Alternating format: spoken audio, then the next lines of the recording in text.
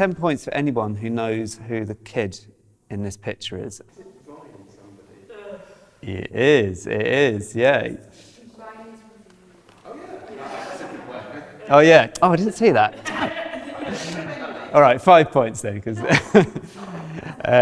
yes, well done. This is a kid called Ryan Tadji, and he is pretty much the highest earner on YouTube.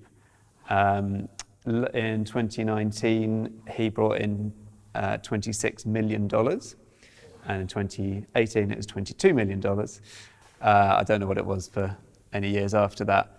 And he has a YouTube channel which is now called Ryan's World, but was previously called Ryan's Toys Review.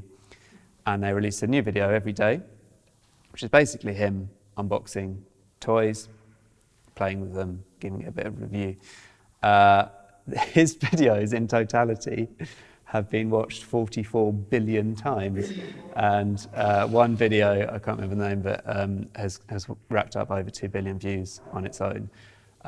So it is a wild world of like, I mean, there's, you know, it's a lot of kind of just being a kid, kind of messing around, but it's also a kind of intense consumerist experience. The whole premise is opening toys, getting excited about them, giving fantastic marketing opportunities to the companies. And so he gets direct advertising revenue, but also gets sponsored by some of the biggest toy companies in the world.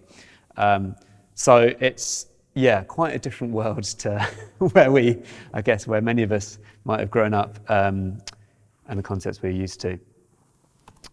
So just a little bit about the charity I work for, Global Action Plan. We're an environment charity. As it says here, we work towards a green and thriving planet where everyone can enjoy happy and healthy lives within the Earth's limits, crucially. So very much taking the sort of Kate Raworth donut economics model. Some people don't have enough stuff.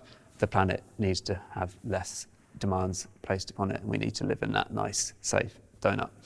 And we are going after the root causes of some of our most pressing problems around the climate and nature crises through research, through campaigns, and through collective action. And essentially, we structure most of our work because we really want to work on things where those root causes feel a bit more tangible than some of our previous work. And so we look at it through two lenses. One is the air pollution lens, because there's such a clear sort of health and climate connection.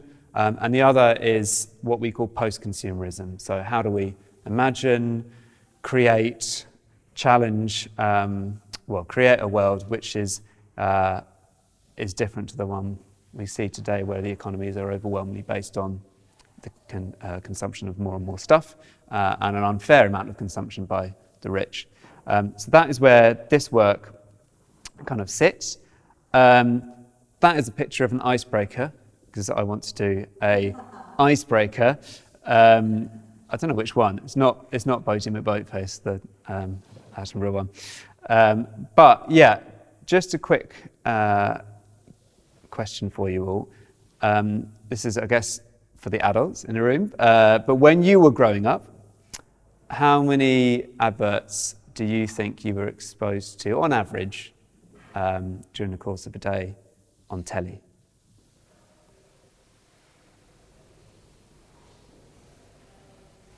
Fire some numbers out there. 200? Not full but I was Me neither. Looking back on like that, I wasn't exposed to that kind of advert because it was national. Yeah. Yeah, Okay. I'd say a lot, because all TV has ads in Canada. Put a number on. Give us a number. 500. Yeah. 42. So very interesting range there. Yeah. So on average, is obviously on average, for children growing up in the US and the UK and Australia, which is the stat I've got, it was around 50 to 100 ads per day. So 20 to 40,000 ads a year. And obviously, yeah, as you say, there'll be a wide variation there. If you're watching mainly state broadcasters, it'll be less, and commercial broadcasters, the opposite. So what do you then think the figure is for kids growing up today and consuming so much more of their media online in terms of number of ads that they might be exposed to on a given day?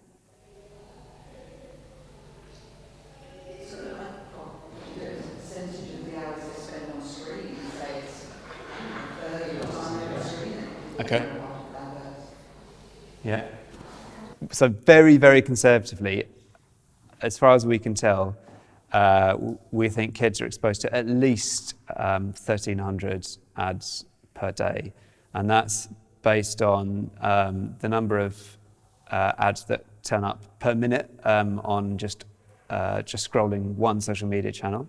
And it is about 1 every 3 posts is an ad, roughly. And then when you look at the average time that kids are spending on those channels, it's obviously going up and up and up, and far outstrips now what the TV average time was previously. I think in all likelihood that figure will be way too low. There are so many different media. The number of hours that kids are spending online is going up and up and up. But it's a very, very different landscape. And I've kind of raised that point because there were rules, there were procedures, there were guidance kind of developed, whatever you might think of them, about the volume of ads that could be served on TV, that still are. None of that exists online. It's a free-for-all. So it's a completely different landscape. So why does Global Action Plan care about this? Why do we care about this? Partly because we're Luddites, though not really. I'm just scared of new things, modernity, but not completely. It's 2 main reasons. One, there is the kind of obvious direct impact on the planet and its resources. Advertising either works or it doesn't work. So with a kind of unprecedented volume of ads being served to people, encouraging them to buy things they don't need, clearly that is resulting in the consumption of incredible amount of stuff that doesn't need always to be consumed, which, as you all know, problematic from the resource extraction point of view and the waste and everything else. And there is an unfairness in all of that as well. Clearly the demand is driven overwhelmingly by rich countries and the impacts are suffered overwhelmingly by the global south. So it's hugely problematic from a climate point of view. And I think we all know about the situation we're in, climate and nature crises wise. We also care about it from the point of view of the well-being impact on young people. This is a video I'm going to show you now of some school children, some in Bristol, some in Lewisham, who actually, before I started a Global Action Plan, so colleagues of mine, spent a day asking them their views on social media, on the pressures of advertising and commercialisation. And I think it's a really powerful expression of what young people are sort of dealing with. So hopefully this works. My generation has grown up with adverts throughout our entire lives. They tell us how we should look and what we should own in order to fit in and be happy. But it's damaging, not only to the planet, but also to our mental health. It's quite clear that a lot of adverts damage people's self-esteem, and things like adverts about being Beachbody ready, or even adverts for perfume and that kind of thing, they portray like bodies in a very unrealistic way. And if you're like looking at yourself in the mirror going, I don't like this, and then you're looking at an Instagram page full of models, you're like, I don't look like this. That's not going to help you. That's not going to make you feel any better. It's not fair on anybody that we're supposed to be the ideology of perfect, and perfect's not real. I think boys' body image is being sold as someone who's strong, muscular. They think like, I want to look at the person in this advert because I know people will like me more. It just really puts you in like a little pit where you're going a bit deeper and deeper each time you see something new. Advertisers are using more and more sophisticated techniques to make us feel like we need certain things in order to fit in better, feel better, and to buy more than we need.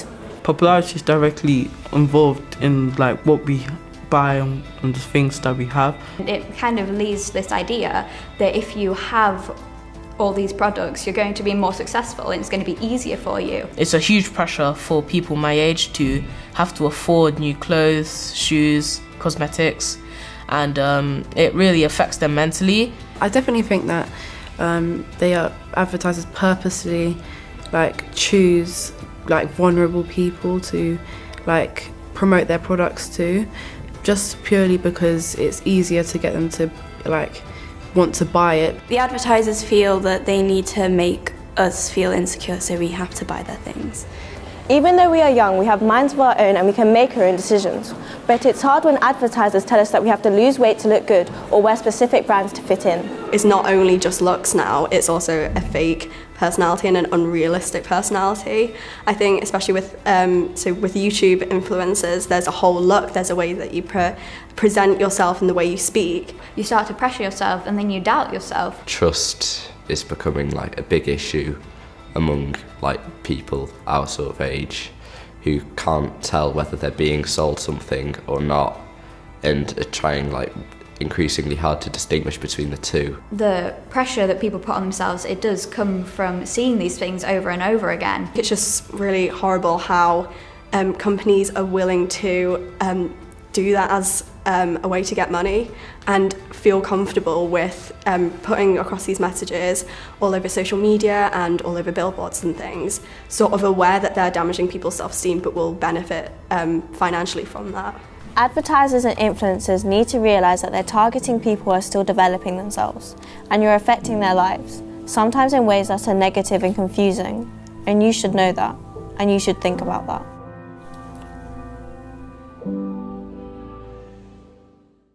These are some more recent quotes from some workshops we were running on a different project more recently.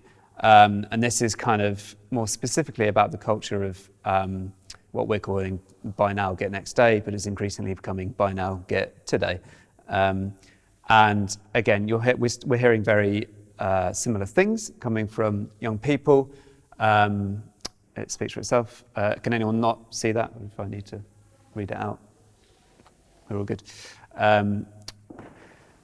So yeah, it's just to demonstrate really that I think once you get into these issues with young people, you often find that there is a large amount of frustration with the way it all works. Even if there is, to be frank, also a certain amount of fatalism about, well, what can we do about it? It is what it is. But clearly an awareness of issues around privacy, around the sort of commercial pressure, and around the realities of their business model. And here you go, this is right on message, telling us that they want targeted advertising.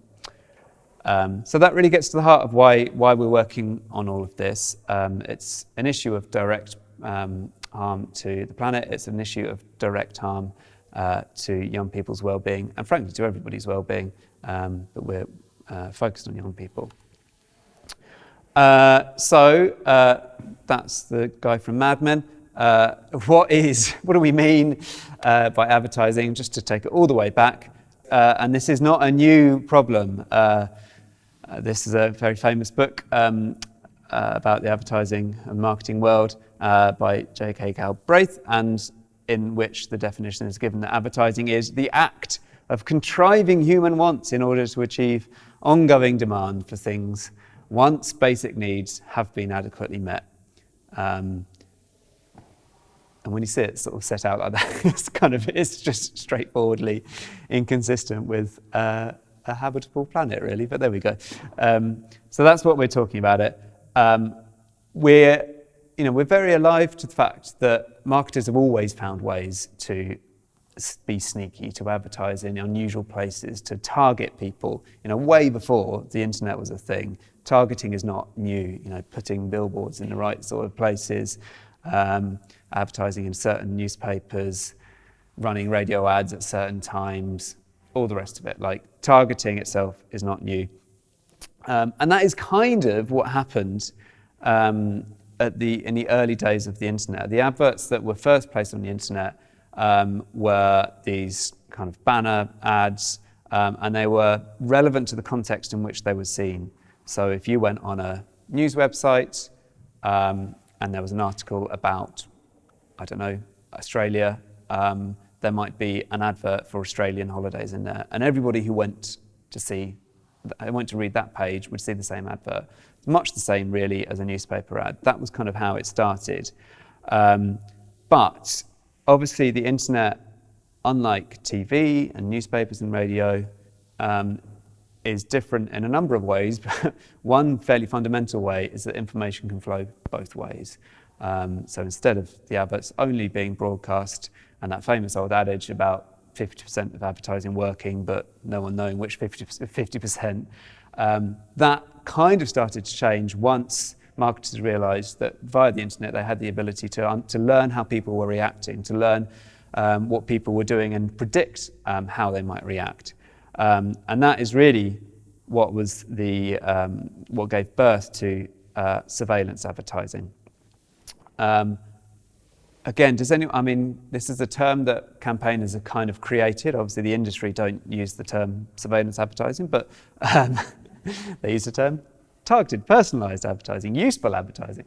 I guess the key difference is between that contextual advertising is that the adverts that you see in a kind of surveillance advertising ecosystem are based on your data. And that's either hard data, so stuff which is known about you, either because you've volunteered it or it's publicly available, or can be discovered. So things like your location or your age or your gender or the type of computer you're using and what that might say about your wealth, or the postcode and what that says about your wealth, or your browsing history. All of these things are kind of known as hard data, and that is, we all leave an enormous trail of that data everywhere on the internet.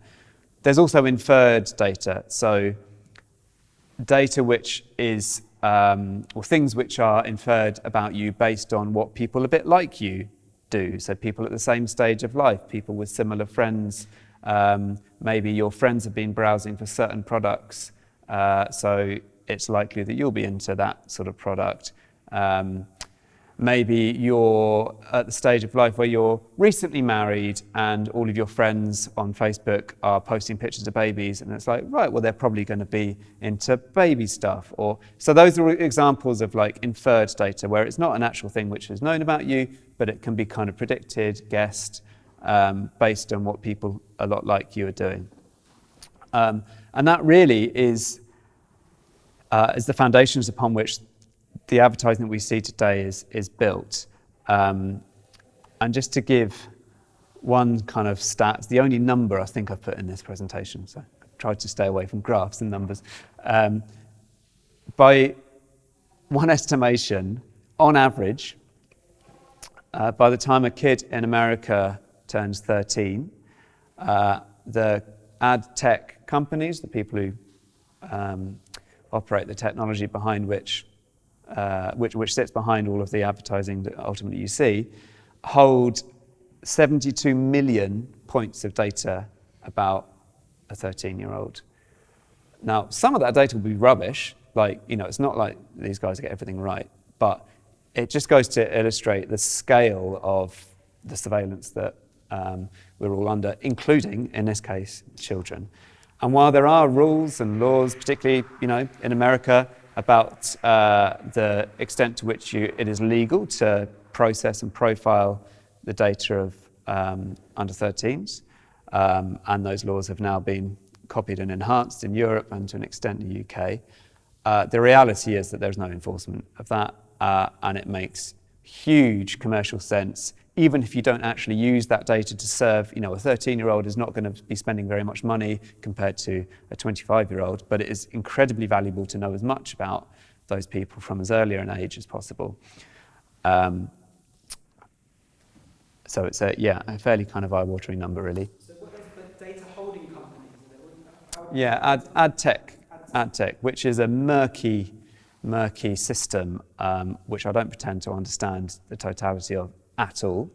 But essentially, there is a very, very long supply chain involving lots of different companies between an advertiser saying, I would like this advert to be served to people who live in Hackney and ride bikes and have looked at this particular website. So if they say that, then there is a massive chain of companies trading data, building profiles, competing on price to serve for the right to serve a certain ad in a particular spot on a website, and that whole system is known as ad tech. Arguably, nobody in that chain understands the rest of the chain in totality. Lots of people know their own bit, but it's so complex, it's so opaque, it's so kind of unregulated that it's a crazy world. Yeah, so you have this kind of I guess there are two main systems. One operates within Facebook, which is obviously an enormous walled garden, they call it. So you know, it's a bit of the web which you have to log into, and 2 billion of us do. And then the other is known as the content web, the content web, Google and any other website basically. And the process is different in both of those, but within the Google example, that right to serve an advert in front of you when either you search or you're opening up a video or opening up any web page that's got space for adverts in it, an enormous automated bidding process goes on in the seconds between you hitting return on your search term or clicking the web link and that page opening. So even, you know, you've got a hyper-fast broadband connection, the content of the web page is ready to go instantaneously, and there'll be a small delay while enormous amount of financial trading goes on about the right to serve you that particular advert based on the value of you, based on all sorts of different algorithm things, and obviously completely automated. This is happening in the blink of an eye. And I guess one further thing to say about that is that the amount of data processing that goes on in that transaction and the energy that it requires at a server level is prodigious. So there is another good reason there to kind of challenge it on climate plans. Sorry, you had your hand up a few times. With the 72 million data points, what does each data point represent? Is it like age or like... Exactly. Anything. So it could be a really kind of easy to understand thing like their age, their location, their gender, whatever. But it will also be minute things like, they clicked on this link, they scrolled down this amount of this page, they hovered on here for 2 seconds. Like it's all recorded and it's all added up. Like I say, we mustn't give them too much credit. Like there is a lot of junk data and campaigners who we've worked with who have gone, spent the hard yards to like do these subject access requests where you do have the right, we all have the right to ask companies what they hold about us. When you do eventually get that back, sometimes it's rubbish, the things, but the data is being gathered all the time, the processes are improving all the time, and certainly the companies involved in this industry will tell the advertisers that they have the ability to target people very, very closely, and we'll sort of come on to that. This was from a while ago, 2017, but just to kind of build on that point about the inferred data, and this is the stuff I'd find, probably the most sinister, is that it's not just that fairly straightforward stuff about who are you, where do you live, blah, blah, blah. Facebook was saying to advertisers that they can tell when people are feeling down, they can tell when people are feeling angry, and from an advertising point of view, that might be the perfect time to serve a particular ad. And Facebook have always claimed that they don't share that information, but they were basically boasting to advertisers that they have it and can exploit it. So these are some of the quotes from that story. Facebook showed advertisers how it has the capacity to identify when teenagers feel insecure, worthless, need a confidence boost. And one more here. They were monitoring posts and photos in real time to determine when young people feel stressed, defeated, overwhelmed, anxious, nervous, stupid, silly, useless, and a failure.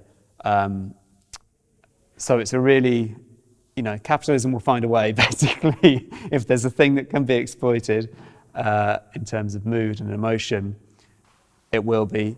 And in the case of Facebook, I guess, the extraordinary thing about it is that those of us who have been on it a long time have basically volunteered a huge amount of information. We haven't volunteered for it to be used like this, but that's why the quality of Facebook's data is reckoned to be so good, because they're not having to guess and try and work it out. We're telling everybody on Facebook who our family are, who our friends are, the sorts of things we like doing, where we live, blah, blah, blah. So, where of time, when you get into it, there are just a load of reasons why surveillance advertising is really problematic. Completely invades privacy, provides a kind of unparalleled opportunity to manipulate people, us, kids. It is turbocharging overconsumption, as we mentioned at the beginning. The sheer volume of ads that people are subject to, let alone the nature of them, is quite something. It's very energy intensive, as discussed on the kind of data processing point of view. It is incredibly connected to a whole range of online harms. That really, surveillance advertising is one of two core pillars of the business model of these platforms, the other being the sort of recommender algorithm. And for anyone who's seen The Social Dilemma, which is a Netflix film, really recommend it. It's definitely, there are plenty of ways you can critique it, but I think it's a very good expression of the kind of what is driving these platforms when you get down to it. And Facebook and Google overwhelmingly get their money from advertising, like in the 90s. And therefore, they need all of us to spend as much time as possible online in order that we can be served these ads. And so the data that they have about us that informs the recommender systems, which recommend content, so we've all seen it, on our news feeds. Again, back in the day, Facebook was chronological, which is why you would just see endless posts from your boring relatives posting what they'd eaten for lunch, and it was, whatever. And now it's much more engagement-based. So what is most likely to keep you engaged is what you'll see. And that is replicated on all of the social media sites, and is key to, therefore, both gathering more data about you and providing more opportunities for ads to be served to you, and how you interact with those ads generates more data, tells them more, and so the circle goes round and round again. So those are the sort of two core pillars, surveillance advertising and the recommender systems, really at the heart of what we're doing. Yeah, you had a question. Do you think the design of the apps to be as addictive as possible, so you spend more time on them and consume more ads, is more damaging than the ads themselves? What do you think the ads themselves? I think they're both very damaging. I wouldn't necessarily say one is worse than the other. I think the problems about the recommender systems and that addictive design, as it's called, are better known. And arguably you can't really separate them because they're set up in order to enable you to see a load more ads. And I think that this has been a bit of a doom and gloom presentation so far, but one of the really good things is that this is much better understood than it has been ever. There was a real tipping point, I think, at the beginning of last year when the Capitol riots happened in the US, where it became clear that that was like the logical kind of endpoint of this system, like continually whipping people up. It's like, oh, you're into quite extreme content, we'll serve you some more. Oh, you're into kind of really right-wing nationalism. Here, come and join a group for right-wing nationalists near you. Like, of course, that's eventually going to turn into something as serious as an insurrection. And you see it being harnessed really, really clearly in some developing countries in particular. There is huge amounts of physical violence that is easily incited on Facebook, again, as part of that, harnessing that algorithm which says, we want you to stay on here, so therefore whatever you're into we'll give you more of and more extreme versions of it. So I think it's probably better understood how problematic all of that is. But I think you can't separate it from the commercial incentive, which is that all of that kind of addiction, excessive screen time is brilliant commercially for these platforms. It is it's not a bug, it is a feature. That's what they need to happen. And a final thing to say is there are lots of lawyers who argue that the consent that we've all given is meaningless, and therefore the data collection itself is illegal, the processing of that data is illegal, the profiling of people based on that data processing is illegal, and with children it's really pretty clear cut that it's illegal, and you are therefore seeing very small changes starting to appear. It's also very unpopular. The industry will trot out lots of lines about how people like getting most relevant ads and personalised ads, but there are plenty of polls and surveys that say, well, okay, given this is how the system works and requires a massive invasion of your privacy, etc., are you okay with it? And the answer overwhelmingly is no. So I've kind of talked about this just now. This is, the fundamental at the heart of the business model: ads plus engagement plus growth. The companies do need more people. Equals mega bucks. I've talked about that kind of system. So what we're doing about it, and I've left no time to talk about this, so I will stop. But basically, we run a campaign which is called End Surveillance Advertising to Kids. We've been going for a couple of years, and we're working in coalition with lots of people, actually more than are on here, collection of kind of human rights, digital rights, privacy groups, food campaigners. I haven't got time to show it, but Bite Back 2030 have done a fantastic video on the power of a kind of suggestive marketing, where they predict what a bunch of teens are all going to order from a menu, having, without their knowledge, served them certain ads during the course of their journey to get to a restaurant. It's fantastic, check it out. These are a group of the people that we work with, some wonderful campaigning lawyers at Foxglove who are taking some really interesting cases, including standing up for the people who moderate Facebook content, for instance, which is an extraordinary industry where people are subject to awful stuff on a daily basis. Our partners in Brazil, the Alana Institute, a really fantastic outfit who have been working on the commercialization of childhood for a very long time. So we've built this coalition. We've done a number of initiatives that we've got some good press coverage. We wrote to all the platforms saying, you need to stop this. And to my surprise, the press were really happy to run that, when it was basically a bunch of campaigners ask world's most powerful companies to do things they're not going to do. But the press ran with it. The FT did a big exclusive on it. We've done lots of research, including with partners at the New Economics Foundation, which has not only got into all of this and how it works, but looked at the policy options for how to stop it.